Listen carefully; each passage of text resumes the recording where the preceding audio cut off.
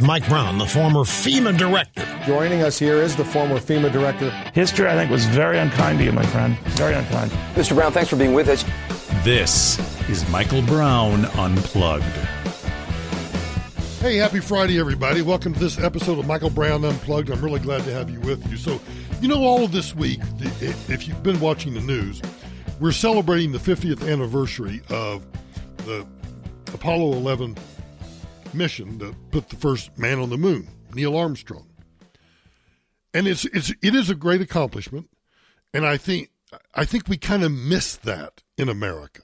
We kind of miss those kind of big things that we do. What's the last really big thing that we did? Well, I think the space shuttle, I truly believe the space shuttle was a big thing. And then we just kind of lost interest in it. And going to Mars and doing all of that is interesting, but there's no real focal point that says this is the objective. Like everybody just talks generally. Yeah, we want to go to Mars.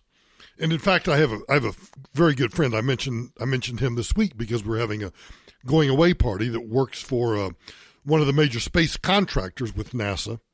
He's now going over to the Bezos project, Blue, whatever. I can't remember the name of it right now. But he's going to work on that. He's actually going to be he's in charge now of revamping the launch pad down at Cape Canaveral. And he and I were talking about there really is nothing in terms of government, no big project. Yeah, Trump wants to go to Mars. We kind of want to go back to the moon. We're kind of forced to go back to the moon because the Chinese are doing that. And if they lay claim and start doing, exploration and mining of minerals, then we're going to be left in the dust, so to speak, no pun intended. What nobody talks about, though, is what happened from the very first time that there was a human object put on the moon. What was that? Well, it was in 1959. The Soviet spacecraft Luna 2 was deliberately crashed into the moon. In 1959, that became the first object of human origin to make contact with any other celestial body. Now, I'm going to put here in parentheses that we know of. I mean, maybe the Romans did something. Maybe the Arabs did something. Maybe some previous civilization that inhabited Earth that we don't know about put something on some other celestial body. Or what if humans from another planet put something on Earth? But I digress. Since then, 65 space missions have landed or crashed, either intentionally or accidentally, on the different regions of the moon. NASA says that all of these missions have left about 800 objects on the lunar surface. So what are they? Because I never really thought about this. It's like we're horrible. We trash everything. We need to put a no littering sign on the moon.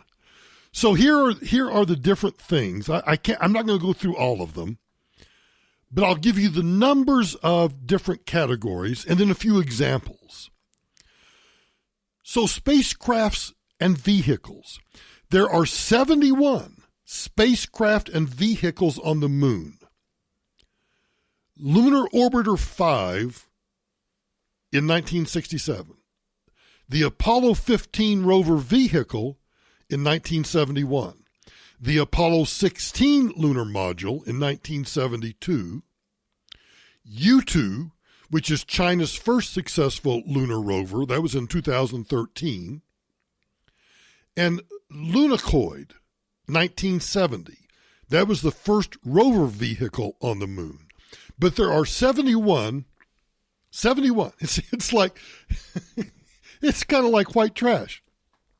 We have put these lunar vehicles on the moon. Somebody needs to go up now, I think, and just put them up on cinder blocks. maybe put a Confederate flag, put a cinder block, and maybe throw some beer bottles around. And then it'll be truly American. Okay, so now the next category. Symbolic and memorial objects. There are 19 of these. Let me give you 5 examples. Astronaut Charlie Duke's family portrait. He put a family portrait in a sealed plastic bag, and that's laying on the surface of the moon. There is a commemorative plaque for the Apollo 11 mission that's on the moon. Signed by the astronaut, signed by Richard Nixon. You know, it's like this metal commemorative plaque. Then there is the fallen astronaut sculpture and plaque. There are at least 5 flags from the Apollo missions. So 5 American flags. Is that enough for us to claim ownership? I mean, didn't you used to play a game as a kid and you go plant the flag and by golly, this is our territory now? You never did that? You never played Cowboys and Indians and you claimed the territory? Well, we've claimed the territory by putting 5 U.S. flags. And then there is 1 U.S. Air Force commemorative medallion. I don't know who put it there, but there's one of those. So we have 71 spacecraft and vehicles. We have 19 symbolic and memorial objects. But then here's where I think we're just a bunch of goobers that just litter everywhere we go. Personal objects. There are 97 personal objects. Here's 5 examples of those. A urine collection assembly. So in the spacecraft, in the suits that the astronauts wear, the space suits, there's obviously a device so that they can take a whiz, and one of those devices is on the moon. We have, I guess to some degree, we have pissed on the moon. Now, if we have pissed on the moon, are you ready for the next one? There are fecal bags. Now, these fecal bags, imagine like the freezer bags, the plastic bags, the storage bags that you buy at the grocery store. So imagine one of those, but instead of the opening, like the little Ziploc opening, instead of that being flat, imagine it being round with kind of like a little suction thing around it, so that you can attach it to your rear end, and then you can, you can do that into the fecal bags. Well, there are fecal bags on the moon. So not only have we pissed on the moon, we have pooped on the moon. We do better when we go hiking in the wilderness, because you're supposed to leave it cleaner than when you went in. Pack it in, pack it out. We bring everything back that we take into the wilderness. But when we go to the moon, just throw it out. There are astronaut suit boots on the ground. There are at least 2 golf balls and a javelin. I'm sure that's from, the astronauts playing to see, because of the lesser gravity, how far can we hit or throw a golf ball? How far can we throw a javelin? And then we were too lazy to go pick them up, so we just left them there. And then, of course, and I love this one. I mean, if you think the urine bag and the fecal bags are good, how about food bags? The bags that contain the food the astronauts left. So what were they doing? Were they having a picnic? So can you imagine the guys in the spacesuits? They're out kind of bouncing around, and hey guys, look over here, some rocks. We can sit and we can have lunch. And they finish and they just throw the food bags on the ground. So we have littered the moon with body fluids, golf balls, javelins, and food bags. Now that's not too many. So 71 spacecraft and vehicles, 19 symbolic and memorial objects, which I understand that. the 97 personal objects, which I do not understand. And then we get to this one. And this one isn't unusual. This one doesn't surprise me at all. After collecting, this would come under the category of scientific equipment, tools, and other things. You know, after collecting samples and performing the scientific experiments that the astronauts had been assigned, well, they just abandoned their tools and equipment. Now, what I'm curious about is when you launch the Apollo missions and you had these scientific devices so you could collect samples and do stuff. Now, if they were there so they could continue to send data back, I get it. But if it was like a scoop, there's a sample collector where you scoop up samples of the surface of the moon. They left those there. Why? Why not bring them back? So you have antennas, sample collectors, cameras, a magnetometer. You know what that magnetometer's for? So the next time we go, we're going to send some TSA agents up there so we can make sure that the astronauts are not terrorists. Before you reboard the lunar module, you have to go through this magnetometer to make sure that you don't have any weapons on you. And then there's a geophone. Can you imagine what Steve Jobs would have done had he been alive, or had he invented the iPhone at that time? How much he would have paid to have an iPhone left on the moon? So anyway, there are 622 of those kinds of objects on the moon.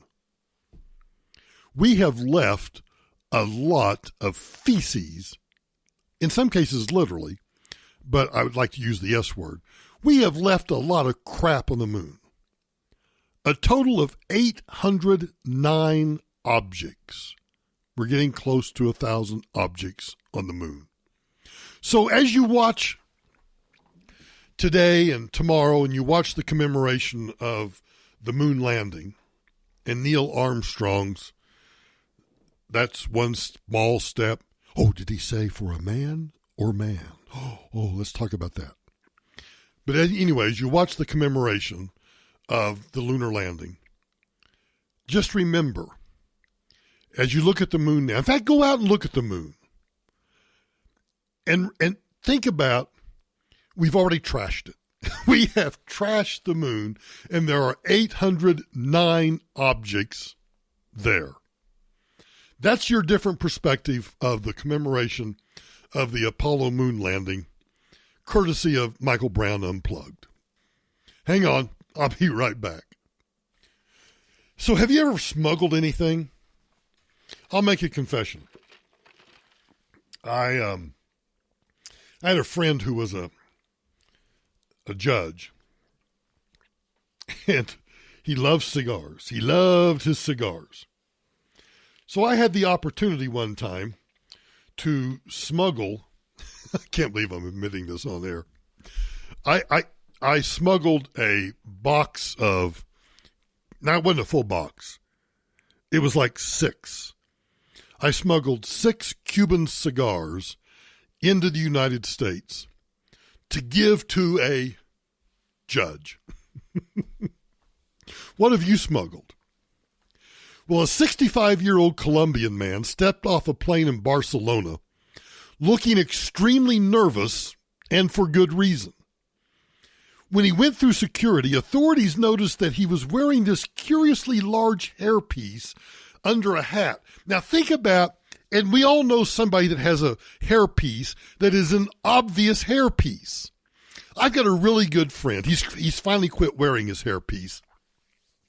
But he used to wear this hairpiece that looked like it was, it looked like it was made out of some animal hair. It was just ugly. And it was just obviously a hairpiece. And I'm like, Dan, just stop wearing it. Well, he finally did quit wearing it. Well, the hairpiece that this guy is wearing, I wish I could, let me just describe it to you this way, because here's the mugshot. So the side view of the mugshot, imagine a guy with, has your skull, goes from your forehead back to the back of your head and then down toward the nape of your neck. Imagine that, but instead where your hairline on your forehead, imagine that suddenly going straight up several inches, and then start to curve back, but then it then curves back up several inches so that the distance from the top of your skull to the top of the fake hairpiece that you're wearing is almost half foot, 6 inches. Women, no, that's like a real 6 inches. Yeah, a literal 6 inches. And then the front part, the front mugshot, they've taken the hairpiece off, and imagine that you now have saran wrap. The plastic wrap. It's now laying on top of your head, full of cocaine, and the fake hair was trying to hide that. They said his facial expressions immediately made it look like he had something to hide. So they pulled him aside to investigate. They found $47,000 worth of cocaine under the wig. Now, I've often joked that, I could use, this is like Clint Eastwood in The Mule, where he's hauling drugs, for the cartel. I've often thought, would you be willing to just once, and let's say that it's $10 million worth of cocaine or more, but whatever amount it takes for you to earn $1 million cash, $1 million in untraceable cash. Now, you're going to have to figure out a way to launder that or just, keep it and spend little bits here and there. But would you go to Mexico, or I don't care, Colombia, go to Peru, go somewhere in South America, go anywhere. I guess it doesn't make any difference. But would you be willing to smuggle whatever amount of cocaine it takes for you to earn the $1 million? You're a clean skin. You have no record, no reason for customs people to be suspicious of you. Would you put it in your car and drive down to Tijuana, drive down to Juarez, pick up your load of coke, drive back across the bridge, hand them your passport? How you doing, officer? Good to see you. What you been doing? I've never been to Tijuana. I've never been to Juarez, and I wanted to go down and see what it was like, so I went down and spent a day or two, and now I'm headed back home. Where's home? Well, it's in Denver. You drove all the way to Denver? Yeah, it was a road trip, I've been off the air for a while and doing this podcast, and so thought I'd just drive down and see what it was like. Okay. Welcome home. Drive on. Drop off your load. Make your $1 million. Would you do it? An officer with the Spanish National Police, oh, by the way, this occurred in Barcelona. The Spanish National Police Corps told a local newspaper that the toupee was very curious, but the agents there are very expert and pay attention to the attitude. They were very impressed by how nervous he was when he passed the security checkpoint. Now, drug smugglers have gotten pretty creative in recent years. Last year, one guy tried to smuggle coke through a Lisbon airport inside a fake butt. Fake butt. I'd have to have some liposuction. Or maybe that's it. Maybe just have some liposuction done and then have the cocaine inserted into the, the extra skin that remains on your ass. Do it that way. I would not do it this way. In 2017, the hamburger guys. In 2017, 5 guys tried to smuggle $1 million worth of meth inside penis-shaped candles. I don't know. I don't think I would do that.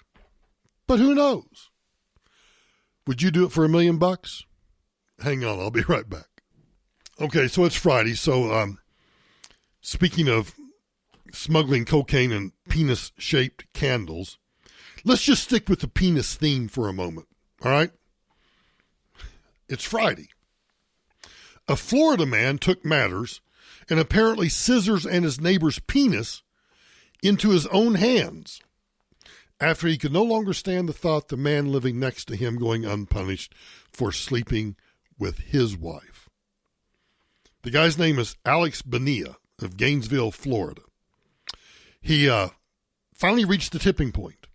He walked next door, held his neighbor at gunpoint, and threatened to kill him if he resisted.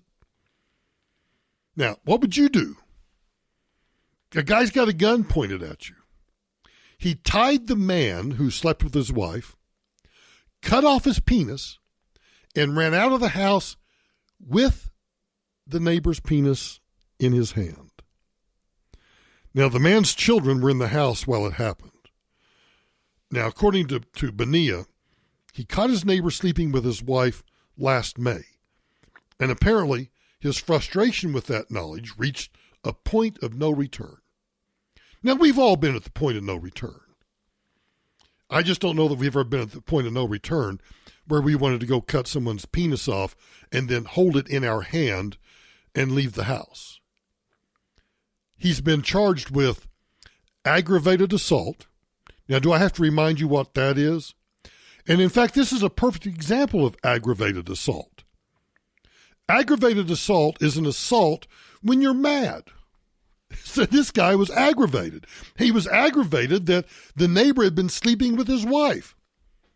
That's why they call it aggravated assault.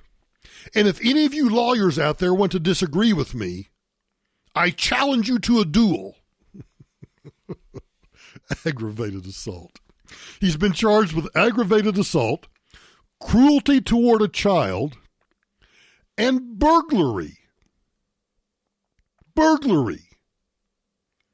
Is the burglary charge for breaking and entering? Because I'm trying to discern a difference between a charge of breaking an unlawful breaking, an unlawful entry, breaking and entry, and burglary. Burglary doesn't have to involve necessarily stealing anything, but that's kind of in layman's terms. We think of burglary as, breaking in somewhere to steal something and actually stealing something. Well, that's not really the case here. It's just the unlawful entry. But aggravated assault is still aggravated assault. So I don't know. Here I'm thinking about this story. Now, if I caught my wife sleeping with a neighbor, are you more mad at the guy or at your wife who's sleeping with the neighbor? That's what I can't. I've tried to play this out in my mind because now I'm thinking about my neighbors, and I'm thinking about my wife, and I'm thinking, she wouldn't sleep with him, and I know she wouldn't sleep with him. Him? Yeah, maybe. I don't know. But I'm going to be more teed off at the wife. So here's a suggestion. Maybe instead of cutting off the penis of the guy that slept with your wife, how about a divorce? How about a divorce? Or just do literally anything other than cutting the man's penis off, particularly while his terrified kids are in the other room. Move on. Just put on your sunglasses and your best Margaritaville flip-flops. Head down to the dock bar, because, again, this took place in Florida, and find a replacement for Tammy. A new Florida woman who will love you and be loyal. How about Patty over there smoking a Virginia Slim 100 and sipping a Mai Tai at the bar? She looks nice.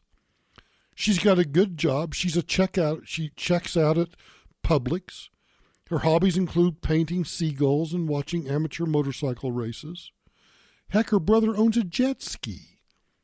You can go out on the ocean on the jet ski. You could have had some real fun with her, but no, you cut off a guy's penis. And now you're going to go to jail. According to the New York Post, there's no word, because I know you want to know, there is no word on if doctors were able to reattach Bonilla's victim's penis, but man, I hope they were able to. But really, that shouldn't even be an issue. It's 2019. Why are we not growing this man a bigger, shinier penis with stem cells? Come on, medical community. If we're going to have Medicare for all, and I run the risk of getting my penis cut off, I think government-run health care ought to be able to grow me a new one. After all, I've talked about doing something big, like America needs a big project. Well, how about stem cell penis replacement therapy? Because now, here's what we can do. I know all of you are tired of hearing about all the erectile dysfunction commercials on terrestrial radio. You're heard about guys, and everybody makes the joke about, the first time, and blah. You've heard the commercials. Well, let's get rid of those. And instead, guys, have you lost your penis? Well, Michael's stem cell therapy program can grow you a new one. Call 800-234-PENIS to see what Michael can do for you. It's Hollywood and Toto time. Christian Toto coming up next. Hang on. So without further ado, here he is, Mr. Hollywood and Toto himself, Christian Toto. How are you today, Mr. Toto? I'm fine and dandy. You lying sack. You didn't expect that, did you? You lying sack of poop. Well, on the one hand, you are, because the kids are gone. They're at grandma's. But on the other hand, your HP fiasco. See, if you would stick with Mac, with Apple. I'm a journalist. I don't have the salary to afford a Mac. And by the way, I've spoken so much to the HP tech team that I think I'm having an affair with one of their workers. It's intimate. So intimate that they just now sent you, after 2 weeks, they just now sent you a crappy empty box to send your broken HP computer back to them so they can look at it and say, this is not repairable. You need to buy a new one. Oh, that's the next step. That's going to be fun. Then when you ask me how am I doing, I'm not going to say fine nor dandy. Nor dandy. How was your vacation to Pennsylvania? It was good. It was quick. So I had a lot of pizza. My favorite pizza in the world is Minio's Pizza. It's in Squirrel Hill, a cute little neighborhood in Pittsburgh. Yeah. Well, good. That's all I care about. Pittsburgh's a nice city. Yeah. And my main family's there now, so it's good to be back. Yeah. Well, good. So they welcomed you back? With mostly open arms. Yeah. Gee. Kind of like I'd like to go to the View to watch the show. I'd like to be a bug in your house sometime and just watch. We always joke about going to see the View live, and I still think we should, but I don't know if we can contain ourselves now. That the crazy is off the charts. It'd be hard to sit in your seat live watching it go down and just think, oh yeah, I can let this happen without a rebuttal. It's hard. Well, think about what they have right now. They have AOC. Now, I refuse to call AOC, Presley, Tlaib, and Omar the squad, because I think that just plays into, they see that as a term of endearment. They're happy that the media and Trump and other people are referring to them as the squad. I'm not going to do that for them. It's an ego boost for sure. Like, we're so cool. Speaker Pelosi was always saying, they've just got 4 votes. And on a certain level, she's wrong because they do have cultural clout. But on a pragmatic level, she's right. And as we witnessed this week, impeachment ain't easy. Not going to happen overnight, apparently. Well, I think in order to understand, because there's a lot going on. You have Trump, who is apparently squelching dissent. You got Jeffrey Epstein and all of his thing. You say Epstein or Epstein? I don't think he deserves to have a clarification. Oh, okay. So Epstein, what I've been doing. I think it's Epstein, but Mueller was going to testify this week, and now that's been put off. I question whether it will actually ever really happen or not. And I actually hope it does happen, because he said at the press conference this was all he had to say. So you know that both Republicans and Democrats, if they're smart, can ask him really great questions to which he'll either have to squirm or just say, in page such and so I said this, and that's all I have to say. It will be entertaining. So they've got all of that going on. I don't quite comprehend all of it, so I'm quite certain that the ladies of The View have sorted it out for us. That's what they're there for. Absolutely. They're on a mission from God, to paraphrase the Blues Brothers. So what have they done lately? I think it's just roll tape time. That's my advice. Here's the sad part, because that's true.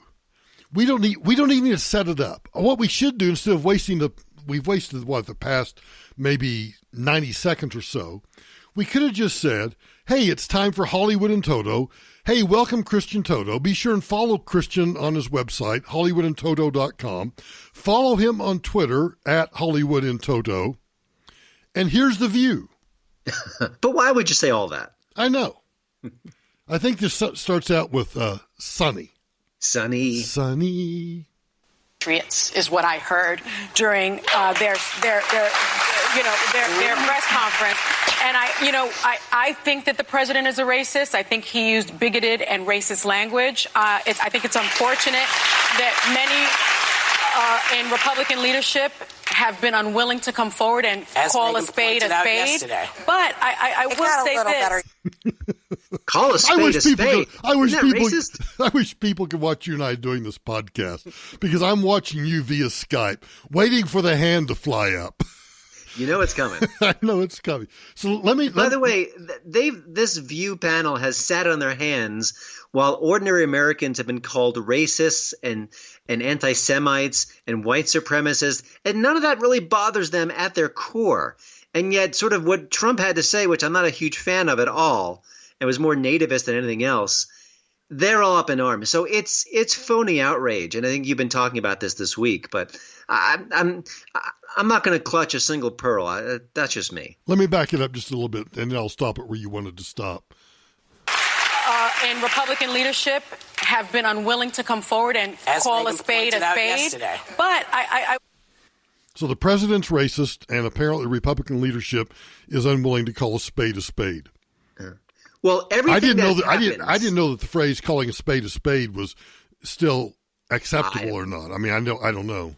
To me, every phrase is unacceptable. It just depends on the context or who wants to weaponize it. So I think in the future we may speak in like leave out certain words, or we might just speak in like clipped little messages. Maybe we'll just say 0011, 101 0111, and maybe that way we can dodge the PC scolds. So she's really upset that, and I assume this is based on the tweets. Yes, it's all about the tweets. Which I did an inordinately long segment on the tweets. I waited 72 hours because I wanted to see, and I said this sincerely. I mean, and I meant this very sincerely. I waited 72 hours because I have in the past said on both the radio program and I think on the podcast, in response to people criticizing the country in a really over-the-top absurd way, I would be glad for you to go or move to an S-hole country to make the comparison and see if you still feel the same way. My lawyer friend Andy reminded me this week in a phone call after listening to the podcast, oh, no. You specifically said, he has like a photographic memory. He says, you specifically said on the radio show one time in response to somebody that you would happily buy them a first-class ticket to Caracas. You're a fast-class kind of guy. Well, and then I said, he reminded me, the reason I'm willing to do a first-class ticket is I'm sure I could ask my listeners and raise the money for a first-class ticket within 15 minutes. Mm-hmm.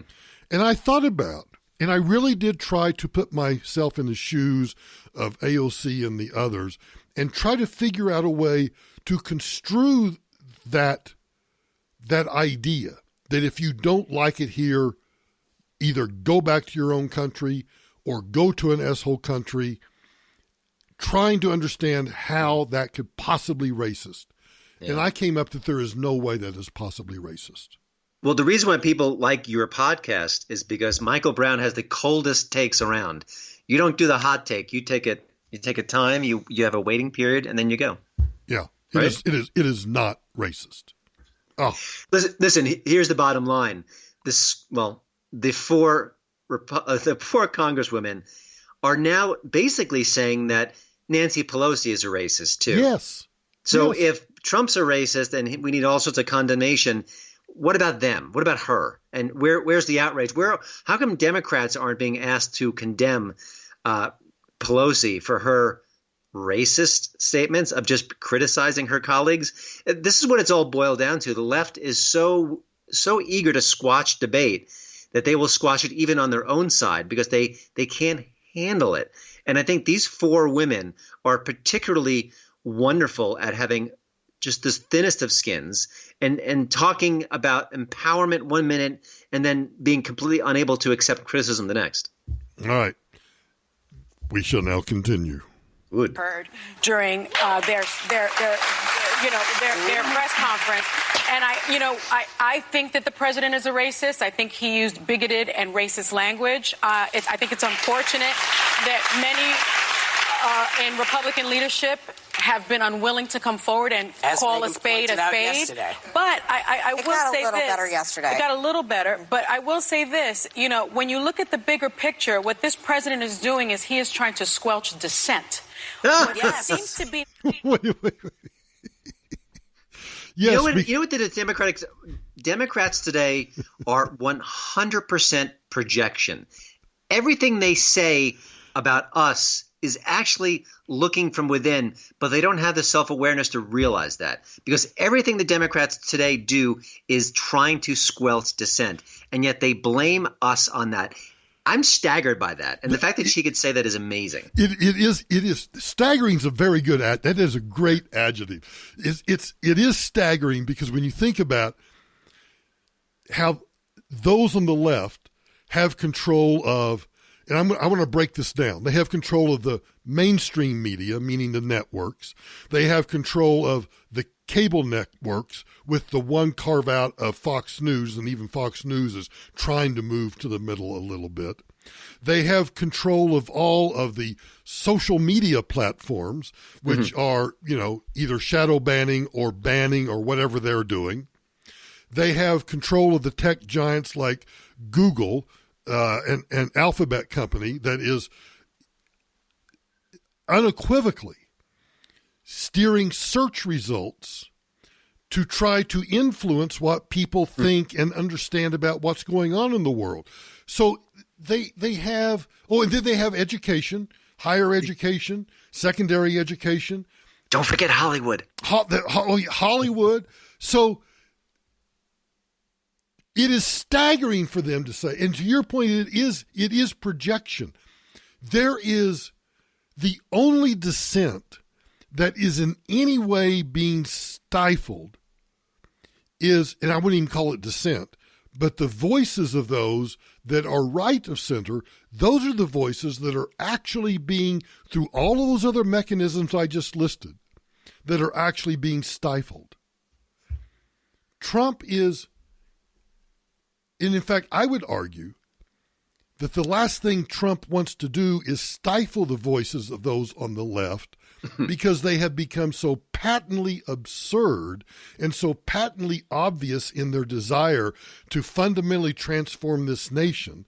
They're so patently obvious in their, and I'm going to use the word hatred. It is, they hate America as it is currently structured, its values, what it stands for, the Bill of Rights. They hate those things. I hate to say that, and I hate to agree with you, but I think you're right. It's We have the New York Times coming out praising the Soviet Union for being more inclusive with their moon landing program. We have major companies who are left-leaning saying that the flag is racist. We have actor Chris Pratt, who walks out of a gym with a "Don't Tread on Me" shirt, and now he's being accused of being a white supremacist. They hate so much of this country, and you can't even put it up for debate anymore. They hate the borders. They hate the people who are here, who they want to have us pay for everything else that other people are streaming into the country. They're living up to every cliche of the left. And for years and years, I tried to kind of clamp that down and say, no, that's a cliche. That's a stereotype. It's just a small segment of the population. Well, where are the liberals standing up for America in any capacity? Where are the liberals saying, the Betsy Ross flag is A-OK with me? I don't hear them. They're silent. Right. Do you think they exist? I think they're scared. I think they do exist. Okay. I think they're scared to half death. Because I have thought about whether they exist or not. Mm-hmm. And the problem is, in my kind of circle of influence, like a friend of mine has become in fact, I should need to tell you this off air, but a friend of mine who used to work for We're on the air. We're on the air. I know. I got to. I just don't want. I don't want to name drop. Okay. And two, in case you and I have to at some point criticize this organization in the future, I don't really want people to know that the president of that organization is a friend of mine, but he used to work for a certain United States senator, and it's kind of like, I'll put it this way just to tease the audience. It would kind of be like being president of what's the organization that does the Oscars? Academy of Motion Picture Arts and Sciences, I believe. Yeah. So this friend of mine is a president of a similar type organization. Okay. So he and I, we don't ever really, we talk on the phone maybe once a year, but we do a lot of email back and forth, and we follow each other on Twitter, and he'll do something, and then I'll reply and kind of mock him, and he'll mock me. But as I step back and watch everything about what he has said and done, I think he's there with them.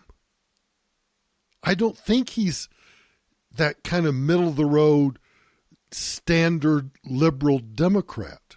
Uh-huh. I think he's kind of bought into all of this stuff. And I find that so disappointing. Well, I mean, I think we're getting more tribal as time marches on. So maybe he's just picking sides like we're picking sides. I don't know. And I've wondered, does he think the same of me? Does he think that I am now this? And look, I know I'm conservative and I know I'm right wing, but I try to be rational about it. Yeah. I'm not happy with this whole send them back shtick that's going on right now. The crowds, what the Trump said it, not happy. I don't think it helps at all. And just to be clear, Trump did disavow that on Thursday. Yeah, but it's, that was sort of, the time to disavow it is when they're chanting it. You say, no. She's an American. We want her here. I was being kind of, feisty on Twitter, but, that's the point where it matters.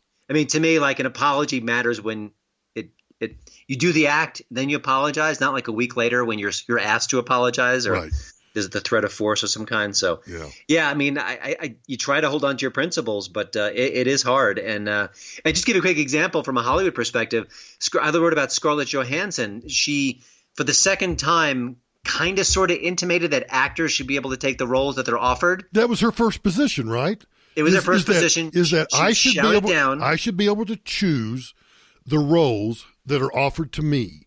Right. And if it's a handicapped person, a transgendered person, whatever it is, I ought to be able to pick and choose what first of all, she has to be offered the role, but if I'm offered the role, I get to choose whether I play that or not. Wasn't that her position? Shamed.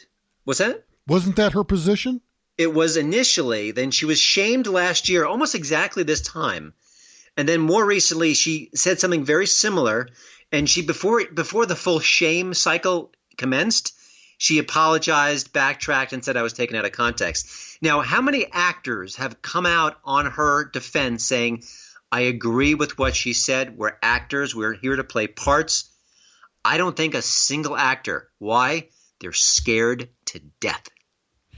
Yeah, and the sad part is, the minute you said that, I thought, well, surely a John Voight or a Nick Searcy or somebody would come out and support her. And I wish they would. It wouldn't do any good other than it would indicate to those on the left that those of us on the right support that kind of freedom and openness and choice. So I do think that we on the right have some responsibility also to chime in and say, what she said is correct, and that represents the choice and freedom that I thought we all embraced in this country. I kind of wish instead of the attacks when they say something stupid, that's fine, and I'm for that. But I kind of wish when they say something that is indicative of our principles, and I don't even want to put it in the category of our principles, meaning conservatives. I wish when they said something that kind of embraces American values of freedom and individual liberty and choice, I kind of wish these people on the right that have that kind of platform, I wish they would come out and support her and say yes. Well, I think that people on the right, the Nick Searcy's of the world, I think they often do that, honestly. And I don't know. I haven't followed his Twitter account this week as much as I usually do. It's possible he did defend her. But I was really speaking more about her peers in the industry who are left-leaning as well. Right, I know and again, that, right. This is not a no-name actress. This is the highest-paid actress in Hollywood, an unbelievably attractive woman, a talented woman. She deserves to be able to say something like that. Even if you disagreed with it, it's her opinion. She should not be shamed into backtracking. She could say, this is where I stand. You can disagree with me. That's fine. But she can't do that. Yeah. She can't do that in this environment. All right. So back to The View. I just want to paint a very small picture for the audience. Okay. So as Sonny is saying these things about Trump's a racist, Joy is looking at her with love? With love. Like she can't wait to chime in. But the bookends, Whoopi on the one end and Megan on the other end, are in these kind of defensive postures. They're not exactly arms crossed, but the fingers are interlocked, and they've kind of leaned back like they're both ready to pounce. So we continue. Most upset about is he is most upset about the fact is that these 4 freshman congresswomen are willing to say, I am an American. I do not believe that this country always gets it right, and I do not believe that it is living up all the time to the very promise of America, which is life, liberty, and justice for everyone, regardless of race, regardless of creed. And he doesn't like that dissent. And to be able to dissent is what America is about. I would like to talk about the fact that I think that he is running very scared right now. Because look at what's going on, really. Mueller is going to come out next week and talk. Barr and Trump.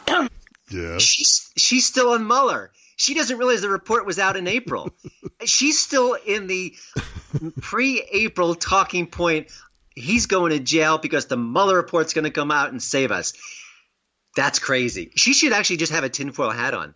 Every day on The View, Joy Behar should come out to the stage, put on her tinfoil hat, and then sit down and address her fellow View panelists. That's crazy. Maybe she doesn't at all, that red hair. Again, I want to paint a picture.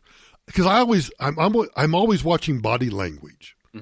So as Joy started into that little mini tirade, do you think she looked at – now, her response is to what Sonny said.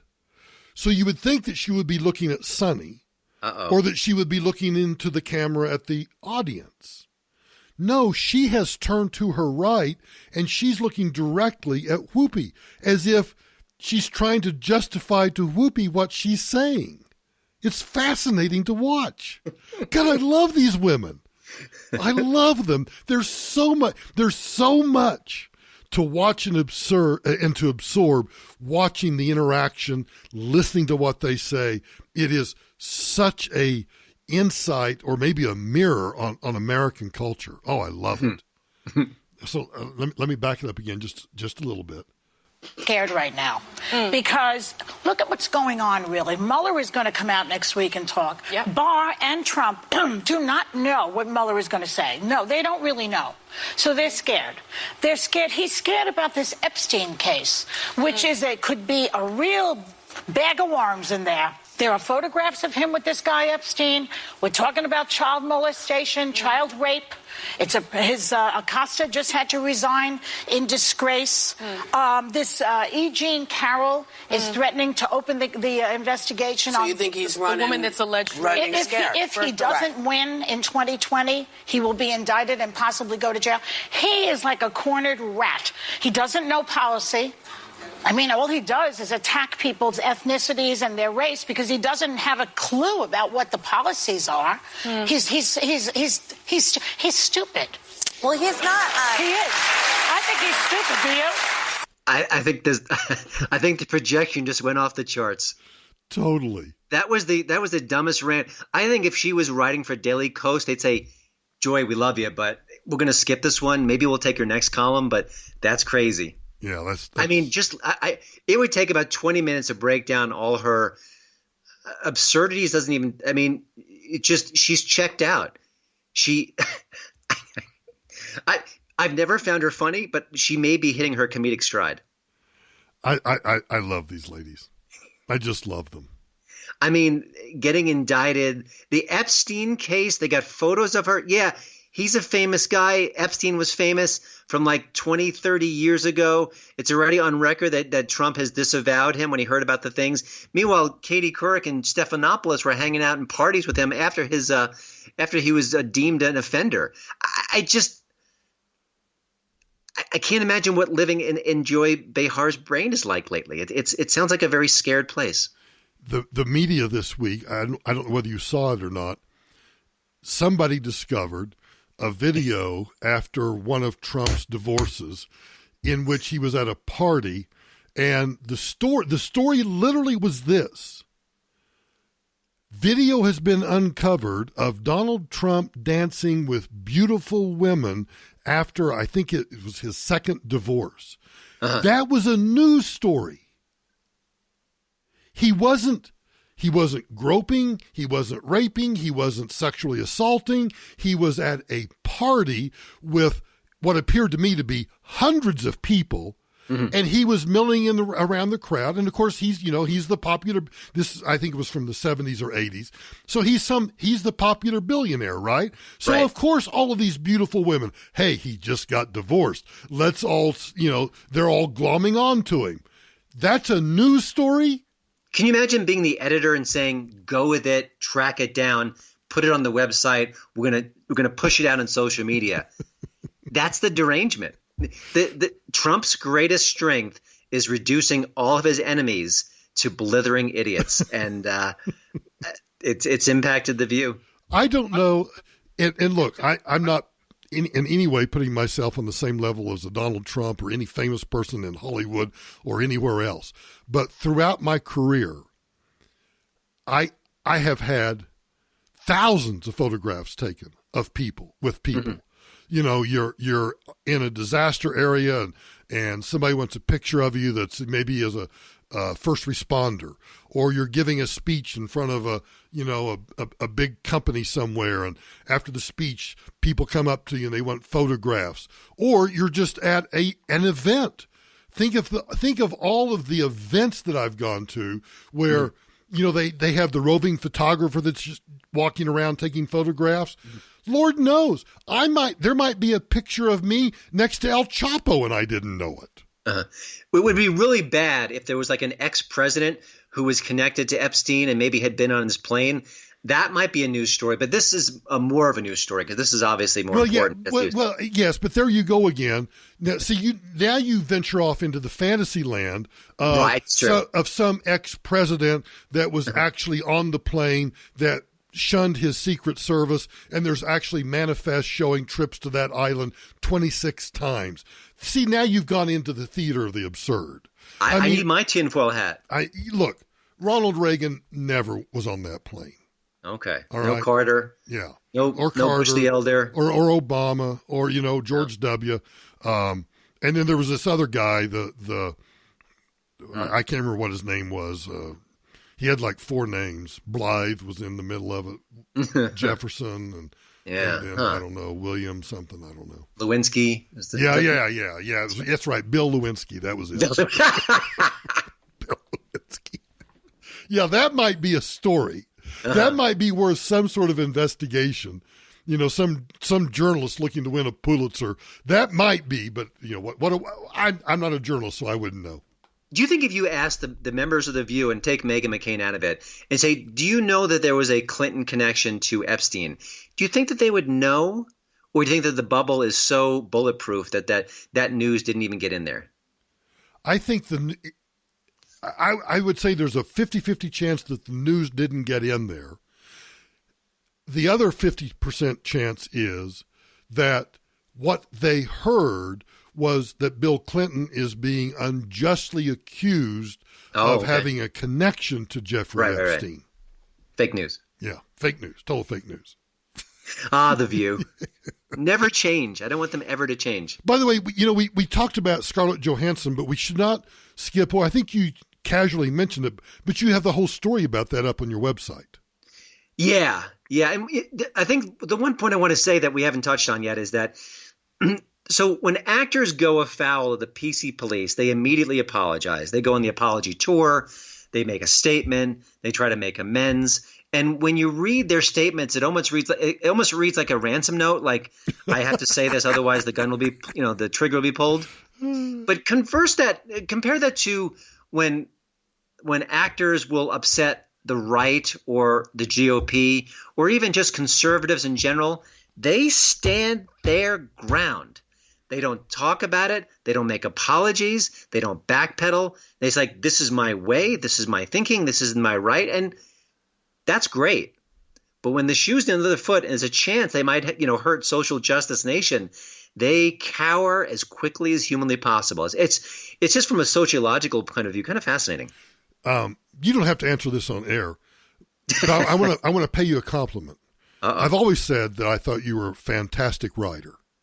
But I think this story is a great example of how good your writing is because you're drawn into it. Here's the headline for those who haven't seen it yet. Now, when all this story broke, I had to figure out who ScarJo was.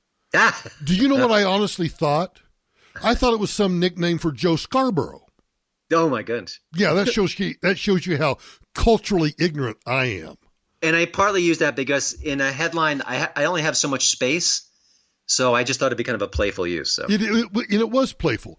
But here's what I think's brilliant about your writing. So the headline, and you don't have an editor doing this for you, right? I've got a whole team. Yes. There's me, myself, and I. And the dog. You and the dog. Right. In that green infested, moldy infested room you're in right now. Yeah, it's not a technological problem. I'm actually in a green room.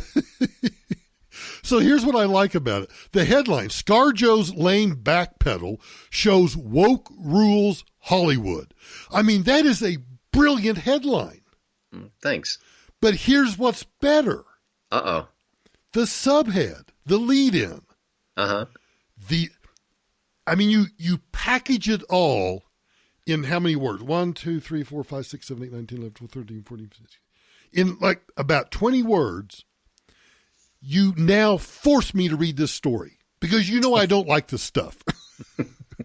You don't like me. I don't like you. I don't like any of this stuff. So you have this great headline, and then the subhead is, the Avenger star had a chance to stand up to politically correct bullies. She chose against it. Man, that's good. That is good. I'm waiting for the other shoe to drop in this compliment barrage. No. Oh, all right, thank you. Because you've used, first of all, you used her nickname. Anytime you use a nickname is fantastic. Backpedal, right? Woke. That woke rules Hollywood. It does. And then politically correct bullies, a chance to stand up against that.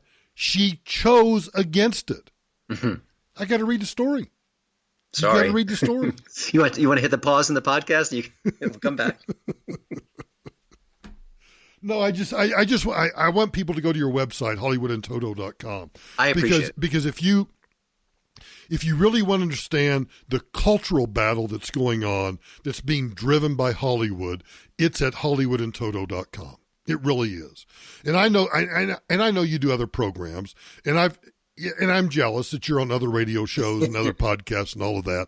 But I'm always thinking of you, though. No, I know. But I'm glad you are, because I think you, to the extent that I can help build up your platform more, I want to do that, because I really do think, and I know I know you have competitors who are friends out there that do similar work, but I just think you have this knack of doing it in a flyover country perspective that just is so much better than the others. Thanks. I appreciate it. I don't know what to say. I know. I'm trying. I'm working around the clock. I'll say that. And I know. And you know, that's the other thing. You work your butt off. You're constantly working. This Sunday, my wife and family will be in parts unknown, and I've got the day off. I'm going to work all day. Yeah. I'm excited about it. So yeah. Okay, you got anything else?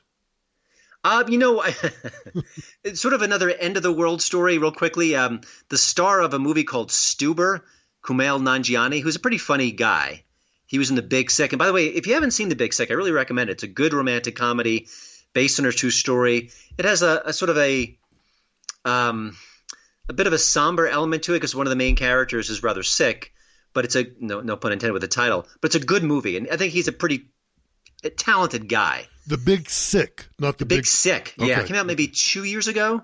So probably on Netflix or on demand somewhere. Yeah, you can find it. Okay. You know, it might be on Amazon Prime. Double check that if you can't see it right away. But anyway, so I'm always kind of bemused with these actors when they go off and they hyperbole express about Trump. You know, it's Hitler, it's concentration camps, and he kind of did that. I want to get the exact quote here. So he's talking about Trump. He's talking about the 2020 race and how he'll support any Democrat who's in the race. And, of course, he's a liberal comedian. Shocking.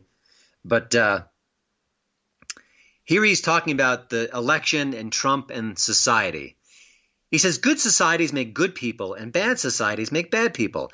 And I think we're really on a sort of cusp of deciding what kind of society we're going to be. This next election is going to be extremely, extremely important, not just for the fate of America, but for the fate of the world.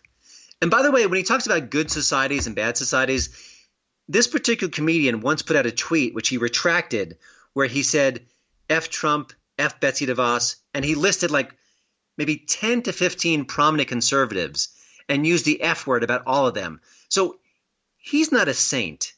He's not a gentle spirit. He's as nasty, as mean as everyone else, and I don't think he's a role model for how we should conduct ourselves in polite society. But he says Trump's going to bring the world to a destruction. So take it as you will. Okay, well, first of all, I'm glad to know that, because that means I can prepare that if Trump does get reelected, that I do need to move to Beijing or Moscow or Caracas or somewhere so I can live the American values in those cities. Yeah, and kind of get those spam little metal containers things, get as much as that as possible, because when the world goes kablooey and you're in your bomb shelter, you're going to need some food, some sustenance. My. All right. Well, I think that does it. I have nothing else to say. Let's end on that sour note. That's right. I'll give you a little positive note. Okay. I saw a kind of cheesy but sweet, kind of cute movie recently. Okay. Because Tam and I said the other day, we haven't been to a theater in, literally months. So we said, let's just find something and go. I know the movie.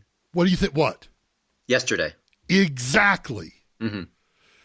I just found it, it was just entertaining. It was escapist. It was breezy. The two actors were very charming.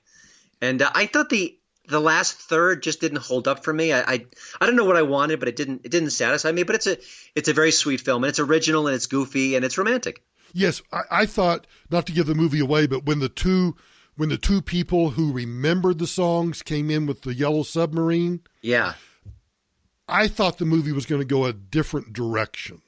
I agree. And I'm not sure I liked the direction that it took. It was like, okay. But that didn't take away from the fact that it was just a sweet escapist movie. And you got to really think about all of that Beatle anthology. And we're so lucky to have that music. It's a great point. It made me appreciate not just the music, but the lyrics. Yes. And that these four guys who were in their, early 20s at the time? Yeah. Were so mature and sophisticated, and they were old souls.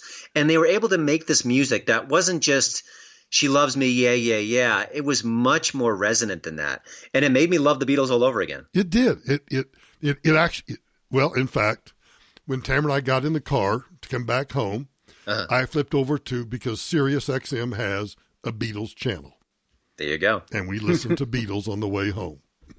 Yeah, not a great movie, but I recommend it. Sounds like you do too. So if you're looking for something different and fun and unique and original. Yeah, don't go expecting to be, just overwhelmingly entertained. It's just a sweet, escapist, fun movie. That's all it is. And by the way, that woman in that movie, Lily James, was so adorable and cute. Yes. And I fell in love with her in every scene. And, and the thrust of the movie is that they're in Friendville and she wants more. What was he thinking, for crying out loud? No, he really was a doofus in that regard. I came home and I kicked my wife. Right. Here's this woman who is deeply in love with him, and he fails to see it. I mean, but that speaks to how naive he was about just about everything. I know, but still, she was a delight. All right. Hey, thanks for coming on. Come back next week. Sure enough. All right. Hey, Hollywood and Toto. Hang on, everybody. I'll be right back.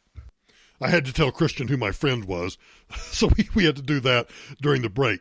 Hey, everybody, thanks for listening to this episode of the Friday edition of Michael Brown Unplugged and Hollywood and Toto.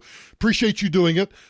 Remember, you can subscribe to us now on iTunes, and you can subscribe to us on the iHeart app. I've looked at the numbers, and those are the two biggest places that people are listening. You can still listen on Spreaker, and in fact, you can download us with any podcast app. It doesn't make any difference which one you use. You can just search for Michael Brown Unplugged and get the new episodes every day. And I appreciate all of you doing that.